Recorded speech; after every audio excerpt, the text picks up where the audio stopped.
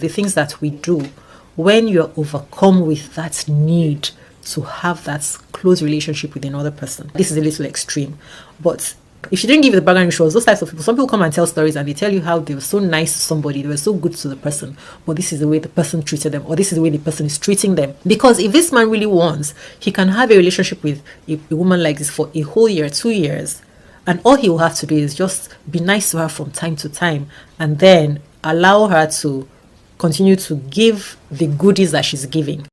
And it's not even a real relationship. And she's there waiting for a real relationship to start. Now, I want to read this to you. Experiences from two people over the Valentine period. This is proof for you to see that relationship issues are often not real. When you understand this, you'll see what's happening with a lot of relationships and the way relationships are created.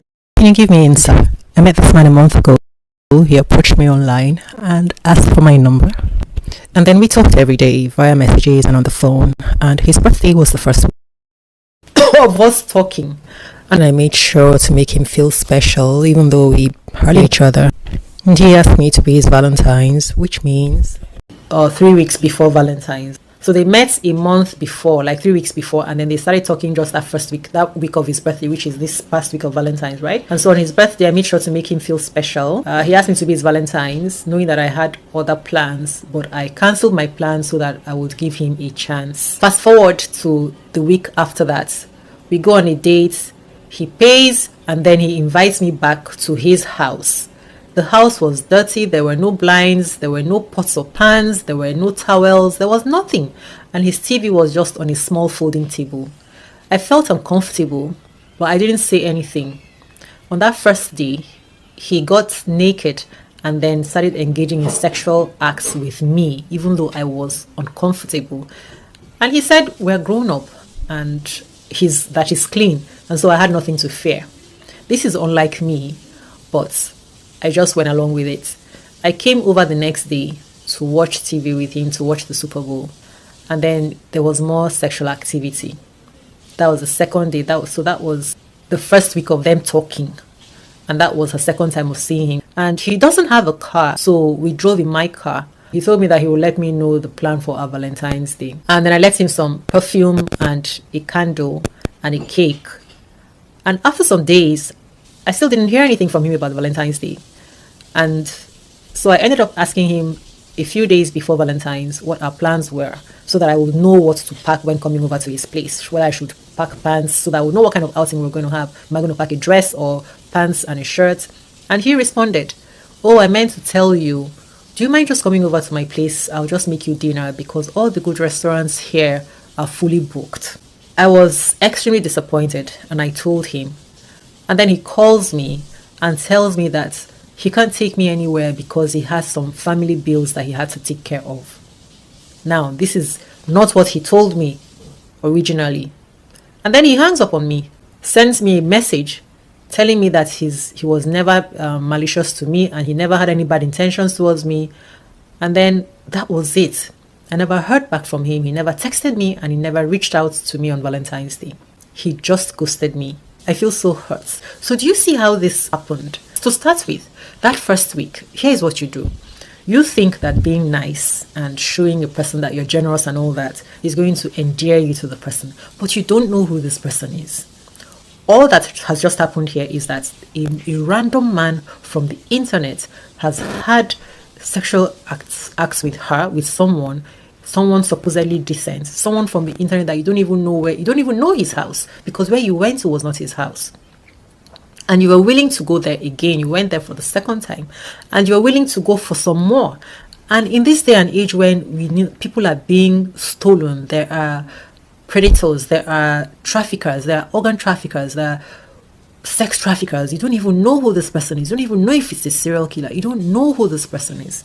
So imagine that this person didn't have another plan and wanted to use her again for that day. Imagine if he didn't have another plan. He would have just allowed her to come over and then he would have his way with her again, because you've already shown him that you have no value for yourself. And this is, I don't mean to scold, but this is because of that extreme need for connection with someone. And that's beclouded her reasoning. And in this day and age where we feel as if we're also liberated and you can do anything, if this man had wanted to, every week he will just make one demand or the other, and he will just have to be nice to her. That is all. Speak nicely to her and she'll keep on giving up. And maybe that's all that he wants. And then 2 months, 3 months down the line, she starts asking what's happening with this relationship. And in his mind, he's thinking, how dare you think that we can have a relationship? Do you understand? When you didn't have any standards to start with, he is getting what he wants, and you won't blame him thinking that maybe you're happy with it as well. He's not in your mind. All he can see is that you're nice and kind to him. Maybe you're just being kind to him because you're enjoying his company. But in your mind, you are thinking that you're nice and kind to him because you are looking forward to creating a relationship. So that's how these things happen. It's counteractive, the things that we do, when you're overcome with that need to have that close relationship with another person. I know that this is a little extreme, but if somebody is doing this and after they've done it, if she didn't give you the background, she was those types of people. Some people come and tell stories and they tell you how they were so nice to somebody, they were so good to the person, but this is the way the person treated them, or this is the way the person is treating them. Because if this man really wants, he can have a relationship with a woman like this for a whole year, 2 years, and all he will have to do is just be nice to her from time to time, and then allow her to continue to give the goodies that she's giving. And it's not even a real relationship. And she's there waiting for a real relationship to start. Do you see what I'm saying? So check it. Some of these things are just, the only reason you're blinded is because you've been corrupted by the society and the world.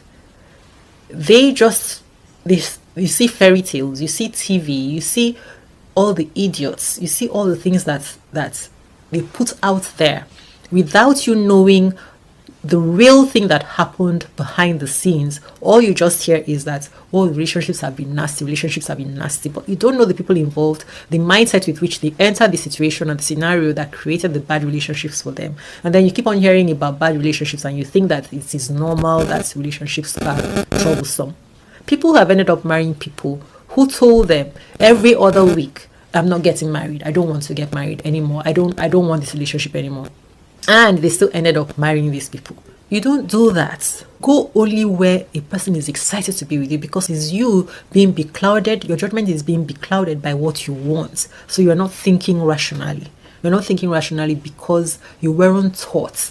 You weren't taught previously that your energy is not syncing with this person. Don't try to make it work. The energy is not syncing because there is something that is naturally not aligned. That is what it is. But your mind begins to lie to you. And because you don't have the right mindset, you buy the lies. So I am going to break it up into bite-sized chunks so that it's easier to digest and assimilate and pull everything together in the end. Now go on to the next video.